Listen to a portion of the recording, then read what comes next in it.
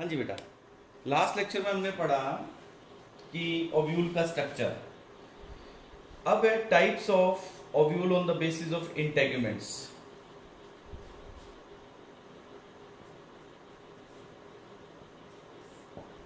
One integument, bitegmic, two integuments, ategmic, no integument. इसमें तो हो गया बेटा वन इंटेग्यूमेंट, एक ही है ओव्यूल के ऊपर इंटेग्यूमेंट। इसमें है बेटा टू इंटेग्यूमेंट, मतलब जो कवरिंग है वो। इसमें no integument, integuments are absent. इसका एग्जांपल वन इंटेग्यूमेंट किसके पास एक सिंगल मिलता हो तो एग्जांपल है इसका बेटा mostly gymnosperms. Mostly gymnosperm plants are the example of single integument. Double integument का कौन एग्जांपल है? Most of angiosperms.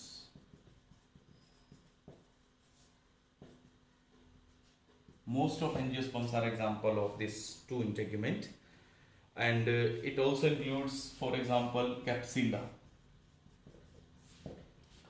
and monocots. monocots में भी यही मिलता है। हाँ जी, यस। तो कैप्सिला जैसे प्लांट में भी, मोनोकोट के अंदर भी, क्योंकि एंजियोस्पर्म की टाइप है डाइकोट और मोनोकोट। अब है बेटा without integument, example is olex plant beta, and santarum. These are without integument. Now types of ovule depending upon the position, उसके different parts के according अगर हम देखें तो टाइप्स क्या क्या हैं इसमें बेटा? जैसे फर्स्ट ऑर्थोट्रोपस, अगर ओव्यूल की शेप ये हो, मतलब कैलाजा ऐसे लोअर साइड में है, माइक्रोपाइलर एंड अपर साइड में, इस तरह से हो बेटा।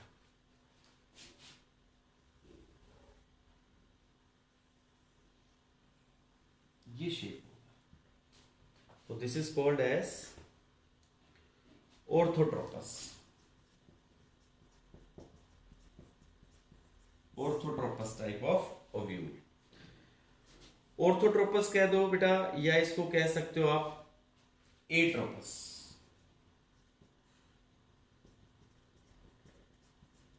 एट्रोपस एग्जाम्पल बीटल, बीटल प्लांट, पर प्लांट, पोलिगोनम,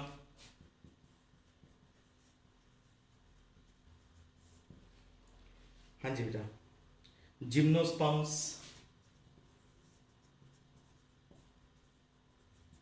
जिम्नोस्पर्म्स जिनके पास नेक्ड सीड्स हैं जो, तो उनके पास भी है ऑर्थोट्रोपस बेटा। ये सबसे प्रिमिटिव और सिंपलेस्ट टाइप ऑफ ओव्यूल है। सबसे पुराना, मोस्ट प्रिमिटिव, और you can say it's simplest ovule. ठीक है बेटा। सेकंड है hemi anatropous. Hemi anatropous, hemi anatropous जिसमें ओव्यूल जो रहता है वो 90 डिग्री पे, लाइक दिस, जैसे बेटा ये।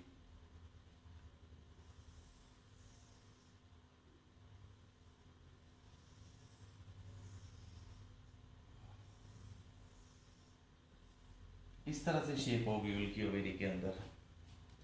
तो हेमीट्रोपस 90 डिग्री पे, इसका एग्जांपल रेननक्यूलस। रेननक्यूलस। थर्ड है बेटा एनाट्रोपस।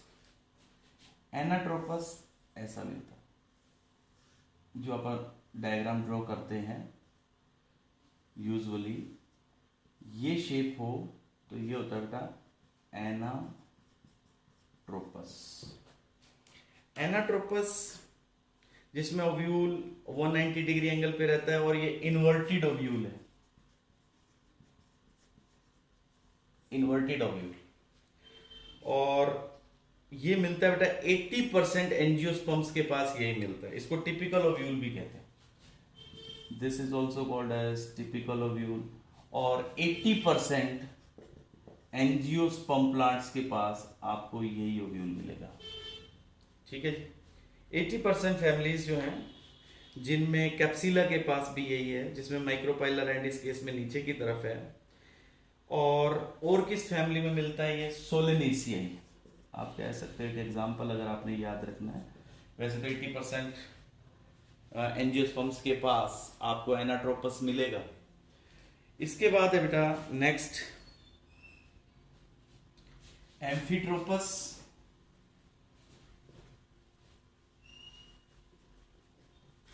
यस बेटा, एम्फीट्रोपस। एक मिलता है बेटा कैमाइलोट्रोपस।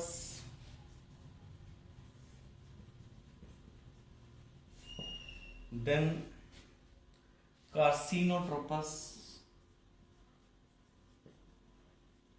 यस, सो एम्फीट्रोपस मीन्स इस तरह का ये शेप अगर आए इस तरह की, कैमाइलो में थोड़ा सा इसको ऐसे टेढ़ा कर देना है। ठीक है जी। और कार्सिनो में ये इस तरह का स्ट्रक्चर मिलेगा बेटा आपको, ये। तो एम्फीट्रोपस, कैमाइलोट्रोपस। तो एम्फीट्रोपस किस में मिलता है? मिराबिलिस। Example Mirabilis. और campylotropous it is in case of Capsella. And circino example Opuntia. तो ये टाइप्स है बेटा ओव्यूल की, depending upon their shape, depending upon their position of chalaza and micropylar end. Now megasporogenesis. जैसे हमने male gametophyte की development देखी है, माइक्रोस्पोरोजेनेसिस, इसी तरह आगे बेटा megasporogenesis.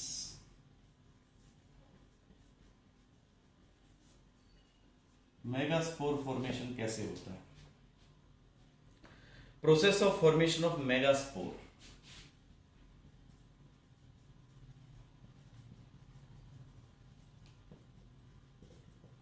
Process of formation of megaspore is called as megasporogenesis from MMC, megaspore mother cell. तो डेवलपमेंट कैसे स्टार्ट हुई? किसी भी ओवेरी में, जैसे आप इनिशियल स्टार्टिंग फेज पढ़ रहे हैं, जैसे ये एक ओवेरी है, तो इसमें इनिशियली कुछ सेल्स दिखती हैं हमें यहाँ पे। जैसे यहाँ पे ऐसे कुछ सेल्स बननी स्टार्ट होती हैं। ये सेल्स कैसी हैं बेटा? ये पैरेन्काइमेटस सेल्स होती हैं। ये अनडिफरेंशिएटेड मेरिस्टेमेटिक। शुरुआत में ये कैसी हैं? बाद में पैरेन्काइमेटस बनती हैं। Initially they are meristematic, then they get differentiated into parenchymatous cells. जैसे हमने उसमें पढ़ा था स्टेमन, वहां डेवलपमेंट कैसे हुई थी? मैंने आपको बताया था ओवल शेप स्ट्रक्चर, वहां पे कुछ सेल्स होती हैं मेरिस्टेमेटिक। सिमिलरली इसमें भी इनिशियली कैसी सेल्स हैं? मेरिस्टेमेटिक सेल्स हैं बेटा। इन मेरिस्टेमेटिक सेल्स में जो बाद में क्या बन गई हैं? पैरेन्काइमेटस। अब इस पैरेन्काइमेटस सेल्स के अराउंड एक लेयर आती है which is called as epidermis. मैं फिर से रिपीट कर रहा हूं कि ओव्यूल ओवेरी में प्लेसेंटा के ऊपर एक स्ट्रक्चर डेवलप करना स्टार्ट करता है, जिसमें जो इनिशियली मेरिस्टेमेटिक सेल्स होती हैं वो बाद में उनके अराउंड क्या आ गया बेटा? एपिडर्मिस आ गई। अब जो ये सेल्स बनी, अब आप इसका स्ट्रक्चर पढ़ते हैं। जो ये सेल्स आई हैं, ये देखो इसका स्ट्रक्चर यहां पे पढ़ रहे हैं। तो इसमें ये सेल्स कैसी हैं? Parenchymatous sales. ठीक है। अब इनमें से एक लक्की सेल, कोई भी एक लक्की सेल अपना साइज इंक्रीज करती है। जैसे ये सेल अपना साइज इंक्रीज करती है लाइक दिस, ये देखो इन सब में से पहले तो ये मास इकट्ठा ही था और इनमें से एक इस लक्की सेल ने अपना साइज इंक्रीज करना शुरू किया बेटा, ये देखो ऐसे, बाकी सेल्स एज इट इज है। अब ये जो लक्की सेल अपना साइज इंक्रीज करती है इसको हम कहते हैं archesporial cell. This is called as archesporial cell, जैसे उसमें बनी थी। अब ये आर्चीस्पोरियल सेल आगे दो पार्ट में डिवाइड करती है, प्राइमरी पेरिटल सेल में और स्पोरोजिनस सेल में। देखो अब इसके बाद की स्टेज क्या होगी कि ये आर्चीस्पोरियल सेल, अब सिर्फ इसका डायग्राम बना रहा हूं मैं, एक सेल इसमें यूं बनती है ऊपर और एक सेल बनती है नीचे। ऊपर वाली सेल को कहते हैं प्राइमरी पेरिटल सेल और नीचे वाली होती है बेटा स्पोरोजिनस, बिल्कुल मेल वाली तरह ही, जैसे पोलन ग्रेन में बनी बेटा स्पोरोजिनस सेल और प्राइमरी पेरिटल सेल। यस, ये डिवाइड कैसे की? माइटोसिस से, क्योंकि इसका क्रोमोसोम नंबर कितना है 2n, इसका भी कितना है 2n, ये 2 है। अभी मियोसिस नहीं हुआ है, अभी सिर्फ माइटोसिस चल रहा है। इसके बाद बेटा प्राइमरी स्पोरोजिनस सेल, ये वाली नीचे वाली, ये अब क्या काम करेगी? ये मियोसिस का काम करेगी। इसको अब हम कहते हैं megaspore mother cell. This is megaspore mother cell.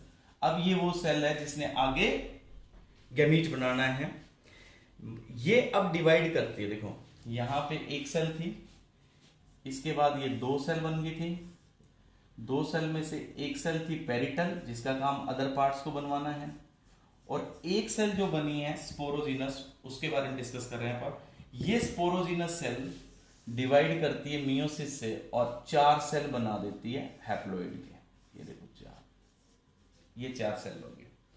ये चारों सेल्स क्या हैं? ये अब इन चारों सेल्स को कहते हैं मेगास्पोर। वहां क्या कहा था? Microspore. These are called as megaspores. अब इन मेगास्पोर में ये जो लाइन में बने टेट्राड में जो लोअर साइड में है, यानी कैलाजा एंड की तरफ है, जैसे ये साइड है कैलाजा और ये साइड है माइक्रोपाइलर, इसके 3 सेल डीजनरेट कर जाएंगे बेटा। ये लोअर वाले 3 सेल्स डीजनरेट कर जाएंगे बेटा, इनमें से एक बचेगा। तो अब यहां पे ये लोअर तीनों डीजनरेट कर गए। अब यहां पे बची सेल एक। ये किसको डिस्कस कर रहे हैं हम? कि फीमेल वाला पार्ट ओव्यूल के अंदर डेवलपमेंट कैसे चल रही है। तो एक सेल बनी जो स्पोरोजिनस सेल थी, उसने मियोसिस किया, 4 सेल बनी, 4 में से 3 कैलाजा साइड वाली डीजनरेट कर गई बेटा। तो जो अब एक फंक्शनल बची है वो फीमेल गैमेटोफाइट बनाएगी, और अब जो ये एक सेल बची है ये अब माइटोसिस करती है और ये 1 से 2 बना देगी। अब जैसे देखो ये सेल का स्ट्रक्चर है, ये सेल का स्ट्रक्चर है जिसमें ये प्रोसेस चल रहा है। पहले एक सेल थी, उसने 4 सेल मियोसिस से बनाई, 4 में से 3 डीजनरेट कर गई। 3 डीजनरेट करने के बाद एक फंक्शनल बचा, 1 फंक्शनल।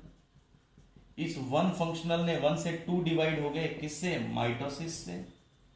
माइटोसिस से जो ये 2 सेल बनी है, एक चली गई बेटा कैलाजा एंड की तरफ, एक चली जाएगी माइक्रोपाइलर एंड की तरफ।